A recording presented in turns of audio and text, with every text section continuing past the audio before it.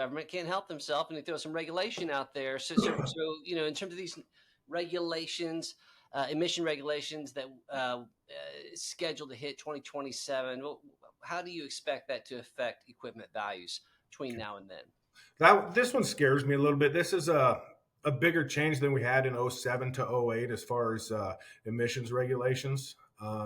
And if you remember back in '08, '09, when they had these new emission trucks come out, they had a lot of problems with them, a lot of downtime, and they didn't raise new costs.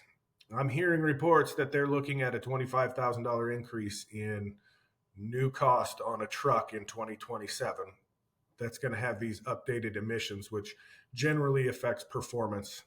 Mm. So we're expecting a very large pre-buy in 25 and 26 model year trucks that they can run on the road before the emission trucks come out there. So it's going to be a real interesting 25 and 26. I think there's going to be a boatload of orders, people trying to get in before the regulations. Mm-hmm.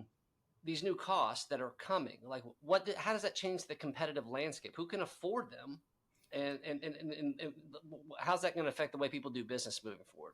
It really, like most things, it's a benefit to the bigger companies because they can afford it.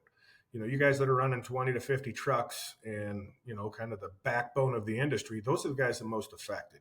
They can't start spending $25,000 more per truck every time they need to do something.